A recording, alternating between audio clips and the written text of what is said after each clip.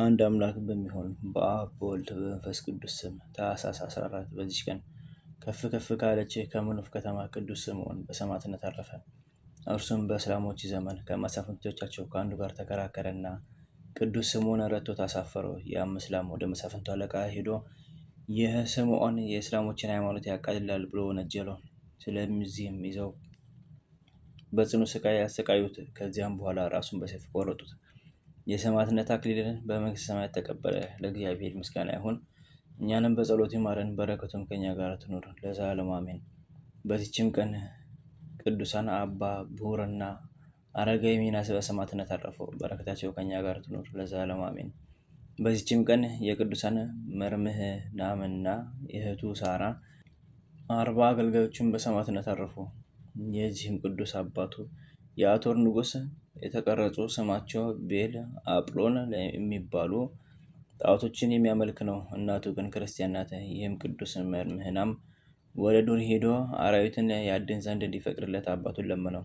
በፈቀደለትም ጊዜ ወደ እናቱ ሄዶ አራዊትን ለማደን ወደ በረሃ ሄዳለሁ አላት። እናቱም የሰማይና የምድር አምላክ እግዚአብሔር በላይ በረከትን ያሳድራለችው። ከዚህም በኋላ ከ40 ፈረሰኞች አገልጋዮቹ ጋር ወጥቶ ሄደ። መቅሉብ ወደሚባል ተራራም ደርሶ በዚያ አደረ። በሌሊትም የእግዚአብሔር መልአክ ጠራው፣ እንዲህም አለው፣ መርምህናም ሆይ ተነስተህ ወደዚህ ተራራ ላይ ውጣ። ስሙ ማቴዎስ የሚባል ቅዱስ ሰው ታገኛለህ። እርሱም የሕይወትን ነገር ይነግርሃል። ሲነጋም ወደ ተራራው ወጣ። እንደ በግ ጠጉር ለብሶ አባ ማቴዎስን አገኘው። መርምህናም ባየው ጊዜ ፈራ። ቅዱስ አባ ማቴዎስም ልጄ ሆይ ወደ እኔ ቅረብ፣ እኔም የእግዚአብሔር ፍጥረቱ የሆንኩ እንዳንተ ሰው ነኝ አለው። መርምህናምም ከአባቴ አማልክቶች በቀር አምላክ አለን አለው። አባ ማቴዎስም የክርስትና ሃይማኖትን ከአባቱና ከመንፈስ ቅዱስ ጋር የክርስቶስን ሕልውና በተለየ አካሉ ሰው መሆኑንና መከራ ተቀብሎ መሞቱን መነሳቱን ወደ ሰማይ ማዕረጉንም የፍርድ ቀንም እንዳለ ለጻድቃን በጎ ዋጋ ለኃጢአተኞች ቅጣት እንዳለ አስተማረው። መርምህናምም ከራሷ እስከ እግሯ ለምጽ የያዛት ሳለችኝ የአምላክህን ስም ጠርተህ በጸሎትህ ብታድናት እኔ አምንበታለሁ አለው። አባ ማቴዎስም እኔ አድናታለሁ፣ ና በአንድነት እንረዳ አለው። ከተራራውም በወረዱ ጊዜ አባ ማቴዎስን በመንገድ ትቶ ቅዱስ መርምህናም ወደ እህቱ ሄዶ ሁሉን ነገራት። እህቱም በስውር ወደ አባ ማቴዎስ ወሰዳት። አባ ማቴዎስም ወደ እግዚአብሔር ጸለየና ምድሪቱን አመሳቅሎ መታት። በዚያንም ጊዜ ውሃ መንጭቶ እንደ ባህር ሆነ። ወደ ባህሩም አውርዶ እጁን በራሳቸው ላይ አድርጎ በአብ በወልድ በመንፈስ ቅዱስ አጠመቃቸው። አሽከሮቹን 40 ሰዎችንም ስጋውንና ደሙን አቀበላቸው። ወዲያውኑ ሳራ ከለምጿ ነጻች። ከዚህም በኋላ አባ ማቴዎስ ስለከበረ ስሙ በላያቸው የሚመጣውን መከራ በሚቀበሉ ጊዜ ክብር ይግባውና ጌታችንን ኢየሱስ ክርስቶስን በማመን እንዲጸኑ መከራቸው። ከዚህም በኋላ በላያቸው ጸለየና በፍቅር በአንድነት አሰናበታቸው። ቅዱስ መርምህናምም በመጣ ጊዜ ወደ እናቱ ቤት ገባ። ወደ አባቱ ወይም ወደ አማልክቶቹ አልሄደም። አባቱም ሰምቶ ተቆጣ። ወደ አማልክቶቹ ቤት እንዲጠሩ ታዘዘ። ቅዱስ መርምህናም ግን ከእህቱና ከሰራዊቱ ጋር ስሟ ቀሳር ወደምትባል ተራራ ሄዶ ከላይ ወጥቶ በዚያ ተቀመጠ። አባቱን በሰማ ጊዜ ከልብሰ መንግስትና ከዘውድ ጋር መኳንንቱን የመንግስቴን ስልጣን ተረከብ ብሎሃል እንዲሉት ላካቸው። እርሱ ግን በቁጣ ተመለከታቸውና እኔ ክብር ይግባውና የጌታ ኢየሱስ ክርስቶስን ፈጽሞ የማይጠፋ መንግስት እሻለሁ አላቸው።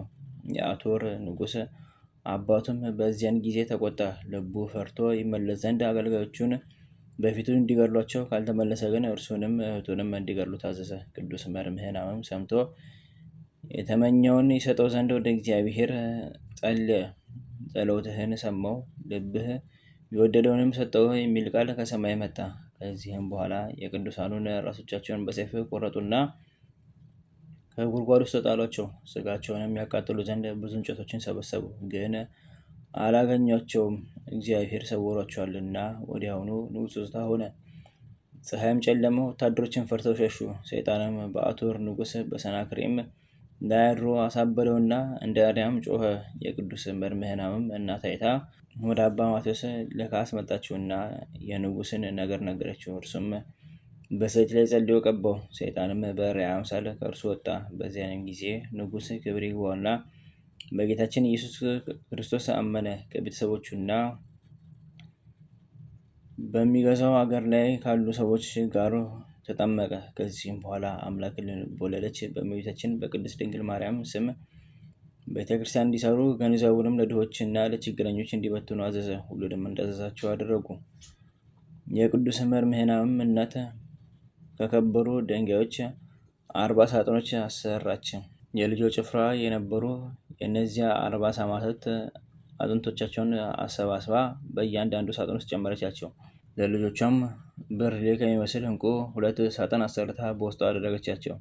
በሰራችው ቤተክርስቲያን ውስጥ አኖረቻቸው። ከስጋቸውም ታላቅ የሆኑ ቁጥር የሌላቸው ታምራት ተገለጡ። ለእግዚአብሔር ምስጋና ይሁን። እኛንም በቅዱሳን ሰማዕታት ጸሎት ይማረን፣ በረከታቸውም ከኛ ጋር ትኖር ለዘላለሙ አሜን። በዚህችም ዕለት ዳግመኛ ከቅዱስ መርምህናም አባት ከአቶር ንጉሥ ከሰናክሬም ሰራዊት የ17,000 ሰማዕታት መታሰቢያቸውን። ይህም እንዲህ ነው። የአቶር ንጉሥ ሰናክሬም ከሞተ በኋላ መንግስቱን መጠበቅና ማዘዝ የማይችል ታናሽ ብላቴና ልጁ በእርሱ ፈንታ ነገሰ። ግን እናቱ ስለ እርሱ ሹሞችን ታዛቸዋለች፣ እነርሱም ይታዘዙላት ነበር። ከለዳዊ ንጉሥም ይህን በሰማ ጊዜ የአቶርን መንግስት ለመውሰድ ስለዚህ ሰራዊቱን ሰብስቦ ለመዋጋት መጣ። የሰናክሬም አሽከሮችና መቃብሩን ጠባቂዎች የሆኑ የቅዱስ መርምህናም አሽከሮችም ሊከላከሉት ወጡ።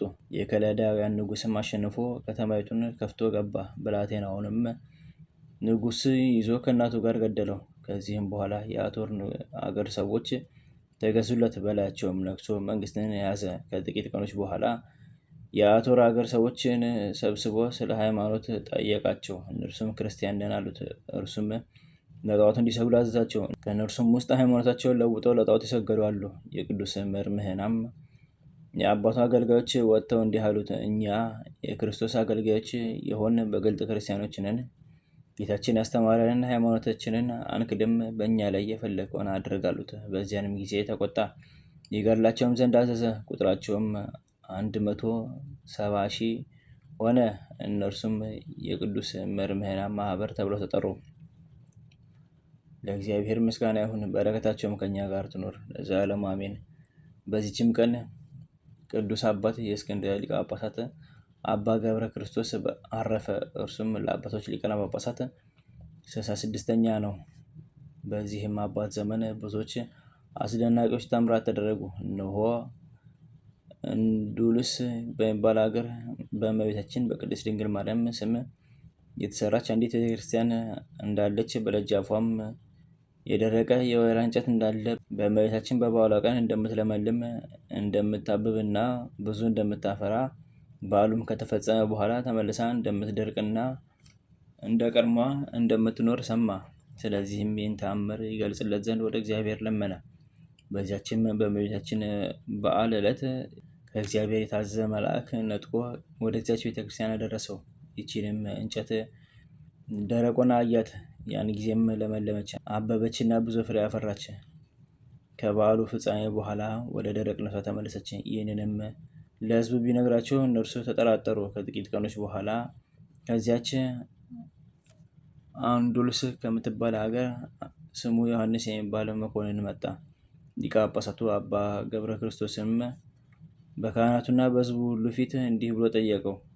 አንዱልስ በሚባል ሀገር በእመቤታችን በቅድስት ድንግል ማርያም ቤተክርስቲያን ደጃፍ የደረቀች የዘይት እንጨት እንዳለች፣ በእመቤታችን የበዓል ቀን እንደምትለመልምና እንደምታፈራ የሰማነው እውነት ነውን? አሉት። ያም መኮንን እንዲህ ብሎ መለሰ። አባቴ ሆይ እውነት ነው። እኔ በዚያ ነበርኩ። በእመቤታችን በቅድስት ድንግል ማርያም በዓል ቀን በፊት ደረቅ እንደሆነች አየኋት። በእመቤታችንም በዓል ቀን ፀሐይ በወጣ ጊዜ ያቺ እንጨት ለመለመች፣ አበባም መጠን የሌለው ብዙ ፍሬ አፈራች። ሕዝቡም ሁሉ በግልጽ ያዩታል። የበዓሉም አከባበር ስራ ከተፈጸመ በኋላ የቤተ ክርስቲያኑ ሹም ይወጣል። ካህናቱም ሁሉ መጥተው እነዚያን ፍሬዎች ሰብስበው ለቤተ ክርስቲያን መብራትና ለምግባቸው እስከ ዓመት ድረስ የሚበቃቸውን ያዘጋጃሉ። ሕዝቡም ለበረከት እያሉ በየጥቂቱ ይወስዳሉ። ከዚህም በኋላ ትደርቃለች። ሕዝቡም ሰምተው እጅግ አደነቁ፣ እግዚአብሔርንም አመሰገኑት። እመቤታችን ቅድስት ድንግል ማርያምንም አመሰገኗት። በዚህም አባት ዘመን ስሙ ቆሪል የሚባል አንድ ሰው ወደ ኢትዮጵያ ሀገር ሄዶ በሐሰት ራሱን ጳጳስ አደረገ። ለግብፅ ንጉሥም ብዙ ገንዘብ ላከለትና እንዲህ አለው፣ ባለሁበት በኢትዮጵያ ሀገር የጵጵስና ሹመት እንዲሾመኝና የሹመት ደብዳቤ እንዲልክልኝ ሊቀ ጳጳሳት አባ ገብረ ክርስቶስን እዘዘው። እኔም እጅ መንሻህን በየዓመቱ ብዙ ወርቅ እልክልሃለሁ አለው። ንጉሥም ሊቀ ጳጳሳቱን ጠርቶ እንዲህ አለው፣ ቁርልን ባለበት በኢትዮጵያ ሀገር ጵጵስና ሹመውና የሹመቱን ደብዳቤ ላክለት። ሊቀ ጳጳሳቱም ወደዚህ ሰውዬው ሳይቀርብ ይህ ሊሆን አይገባም ብሎ ለንጉሥ መለሰለት። ንጉሥም እኔ እንዲያዘዝኩ አድርግ አለው። እርሱም ፈቃድ ይሁን ብሎ ወጣ። እጅግም እያዘነ ተመለሰ። ኤጲስቆጶሳቱን ሁሉ ሰበሰባቸውና ንጉሥ ያዘዘውን ነገራቸው። እነርሱም ሲሰሙ እጅግ አዘኑ። ከሐሰተኛው ከቆሪል ተንኮል ያድናቸው ዘንድ በአንድነት ወደ እግዚአብሔር በመጸለይ ማለዱ። በዚያም ወራት ሐሰተኛው ቆሪል ተነሳ። ብዙ ወርቅም ይዞ ከኢትዮጵያ ሀገር ሸሽቶ ወደ ዳህላክ ደረሰ። የዳህላክም ንጉሥ ይዞ ከኢትዮጵያ ሀገር የሰረቀውን ገንዘብ ሁሉ ወረሰው። እርሱንም አስሮ ወደ ግብፅ ንጉሥ አስተላለፈው። እርሱም የግብፅ ንጉሥ 6 ወር አስሮ ከዚያ በኋላ ራሱን በሰይፍ አስቆረጠው። በክፉ አሟሟትም ሞተ። የሊቀ ጳጳሳት አባ ገብረ ክርስቶስን ጸሎት እግዚአብሔር ተቀብሏልና። ይህም አባት በወንጌላዊ ማርቆስ መንበር 30 ዓመት ኖረ። ክብር ይግባውና ጌታችንም አገልግሎ በሰላም አረፈ። ለእግዚአብሔር ምስጋና ይሁን። እኛንም በዚህ አባት ጸሎት ይማረን፣ በረከቱም ከኛ ጋር ትኖር ለዘላለሙ አሜን። በዚህችም ቀን የሀገረ እስና ኤጲስቆጶስ አባ አሞኒዮስ በምስክርነት አረፈ። አርያኖስም ወደ እስና ከተማ በደረሰ ጊዜ ብዙ ሰዎችን ከአባ አሞኒዮስ ዘንድ ተሰብስበው የሃይማኖትን ትምህርት ሲማሩ አገኛቸውና ሁሉንም ይዞ ገደላቸው። አባ አሞኒዮስን ግን አስሮ ወሰደው። ለጣዖትም እንዲሰግድ ብዙ አግባባው። አባ አሞኒዮስም ለፈጣሪ እግዚአብሔር ትሰግድ ዘንድ እርሱንም ብቻውን ታመልክ ዘንድ ተጽፏልና ከንቱ የሆነ የእንቆቅልሽ ጨዋታችሁን ብላሽ የሆነ ነገራችሁንም መስማት አልወድም። የረከሱ አማልክቶቻችሁንም ማየት አልሻም። ፈራሽ በሆነ የጣዖት ቤታችሁም መመላለስን የከረፋ የሸተተ ማጠታችሁንም መሰዊያችሁን አልይዝም አለው። መኮንንም አርያኖስ የዚህ አባት ልብ ፈጽሞ እንደማይበገር ባየ ጊዜ በሕይወት ሳለ በእሳት እንዲያቃጥሉ ታዘዘ። አባ አሞኒዮስም እስከሚጸልይ ጥቂት ይጠብቁት ዘንድ ወታደሮቹን ለመናቸውና እጆቹና እግሮቹን እንደታሰሩ ቆመ። የወንጌልንም ጸሎት ጸለየና ሀገሩን፣ ሕዝቡን በክርስቶስም የሚታመኑትንም ሁሉ ባረከ። ዳግመኛም ስለ መኮንኑ አርያኖስ ጸለየ። በሰማዕትነትም እንዳይሞት ስለ እርሱ ትንቢት ተናገረ። ደግሞ ነፍሱን አሰናበተ። ጸሎትን ሲፈጽም ወደ እሳት ወረወሩትና የአማረ ተጋድሎን ፈጸመ። ከዚህም በኋላ እሳቱ በጠፋ ጊዜ ከእሳት ቃጠሎ የነካው ሳይኖር ንጹሕ ሆኖ ስጋውን አገኙት። በአማሩ ልብሶችም ገንዘው በንጽና ከተማ በስተ ምዕራብ የንጉሥ በጥሊሞስ ልጅ ንግሥት አክለዎጳጥራ ባሰራችው ግንብ ውስጥ ቀበሩት። ከስጋውም ታላላቅ አስደናቂዎች ታምራት ተገለጡ። ለእግዚአብሔር ምስጋና ይሁን። እኛንም በጸሎት ይማረን፣ በረከቱም ከኛ ጋር ትኑር ለዘላለሙ አሜን። በዚህችም ቀን የኡሲም ኤጲስቆጶስ አባ ያዕቆብ ስለ እርሷ እንደተናገረ የሮም ንጉሥ ልጅ ስሟ ነሳሂት የተባለች አረፈች። እንዲህም አለ። በአንዲት ዕለት አምላክን በወለደች በእመቤታችን በቅድስት ድንግል ማርያም ቤተክርስቲያን ውስጥ እያለሁ የገዳሙን ደጅ ሰው ሲያንኳኳ ሰማሁ። ተነስቼም ወደ በሩ ሄድኩ። ያረጀ አጽፈ የለበሰ ፊቱም የተሸፋፈነ ሰው አየሁ። ከወዴት መጣህ? ወዴትስ ትሄዳለህ? አልሁት። ከአባ መቃርዮስ ገዳም መጣሁ። በዚች ሌሊት ከዚህ ገዳም አድሬ ቁርባንን መቀበልሻለሁ አለኝ። ያን ጊዜ ቀዳሚት ሰንበት ነበረች። እኔም ፊትህን ካላሳየኸኝ አልከፍትልህም አልኩት። እርሱም ፊቴን ማየት አትሻ፣ ፊቴ በኃጢአት የጨለመ ነውና ፊቴንም ለሚያይ የከፋች ስራዬን ትታየዋለች አለ።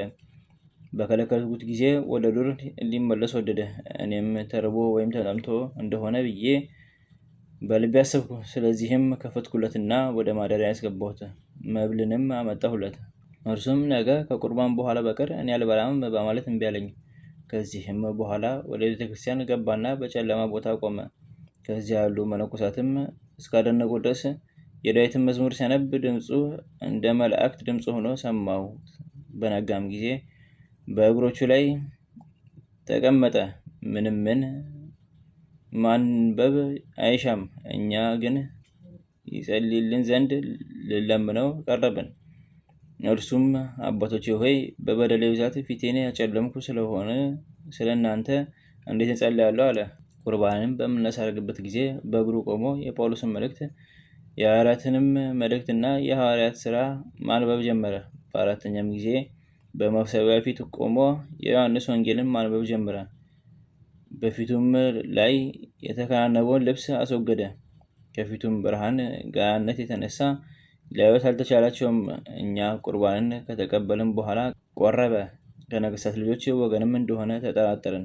መብልንም ባቀረብንለት ጊዜ ከእኛ አልተቀበለም። ነገር ግን ሰይጣን በእነርሱ ከሚያስትባቸው ሴቶችን ከማየት እንርቅ ዘንድ መከረን። ሮማዊ የሆነ አንድ ደግ ጻድቅ አረጋዊ መነኩሴ ነበር። እርሱም አባቴ ያዕቆብ ሆይ ይቺ ከነገሥታት ልጆች ውስጥ የሆነች ሴት ናት። ስለዚህ እንዳትታወቅ ፊቷን ከሰው ትሰውራለች አለኝ። እዚህም በኋላ ስራዋን ከእኔ ሳትሰውር እንድትነግረኝ በክርስቶስ ስም አምላት ዘንድ ወደ እርሷ ሄድሁ፣ ግን አላገኘኋትም። ከ5 ወርም በኋላ ከንጉሥ አባቷ ዘንድ የተላኩ ብዙ ሰዎች እርሷን እየፈለጉ መጡ። እነርሱም ቤተሰቦቿ ከተኙ በኋላ በሌሊት እንደወጣች እነርሱም እርሷን ሲፈልጓት 12 ዓመት እንደሆናቸው ስራዋን ነገሩን። ከዚህም በኋላ መጻተኞች ሰዎች በዚህች ቀን እንዳለፈች ነገሩ። ለእግዚአብሔር ምስጋና ይሁን፣ እኛንም በጸሎቷ ይማረን፣ በረከቷም ከኛ ጋር ይኑር ለዘላለሙ አሜን። በዚህችም ዕለት መድኃኒታችን በዓለም ውስጥ ብርሃንን ገለጠ። እርሱ የታሰሩትን ይፈታ ዘንድ በበደል ምክንያት የመጣውን ጨለማ ያደርግ ዘንድ ወደ ዓለም የመጣ ብርሃን እንደመሆኑ ለእርሱም ክብር ምስጋና ይሁን ለዘላለሙ አሜን። አንድ አምላክ በሚሆን በአብ በወልድ በመንፈስ ቅዱስ ስም ታኅሳስ 15 በዚች ቀን ያለ ደም መፍሰስ ሰማዕት የሆነ የአርማንያ ሊቀ ጳጳሳት ቅዱስ ጎርጎርዮስ አረፈ። ዘአቅረብኩ ማኅሌተ ዘኪርየ አእላፈ እምነተጸምዱከ ዘልፈ እለ አነብብ ተወከፍ ዘንዴቴ መጽሐፈ እንተ ርእሰከ እግዚኦ ጸዲቀ ምሉት ወገፈ ላቡ ላን ዘተርፈ ነቢያት ቅዱሳን ሐዋርያት ሰባክያን ሰማዕታት ወጻድቃን ደናግል አድኅ ወመነኮሳት ሄራን ባርኩ ጉባኤ ዛቲ መካን እስከ ረጌሊ ቆኖስ ሕፃን ለጻፉ በከርታስ ወለዛ ጻፎን ዘደስ ወለዛሙ ሰርጎም ሳዲስ ወለሰማ ቃሉ በዝነፈስ ጸሎተሙ ማርያም አረቄተ ኩሉ አምባስ ወርነ ማረን ኢየሱስ ክርስቶስ በቅዱሳኑ ጸሎት ጠብቀን በረከታቸው ከኛ ጋር ትኑር። ወአምላክነ በከመ ርትከ ወአኮ በከመ አብሳነ አቡነ ዘበሰማያት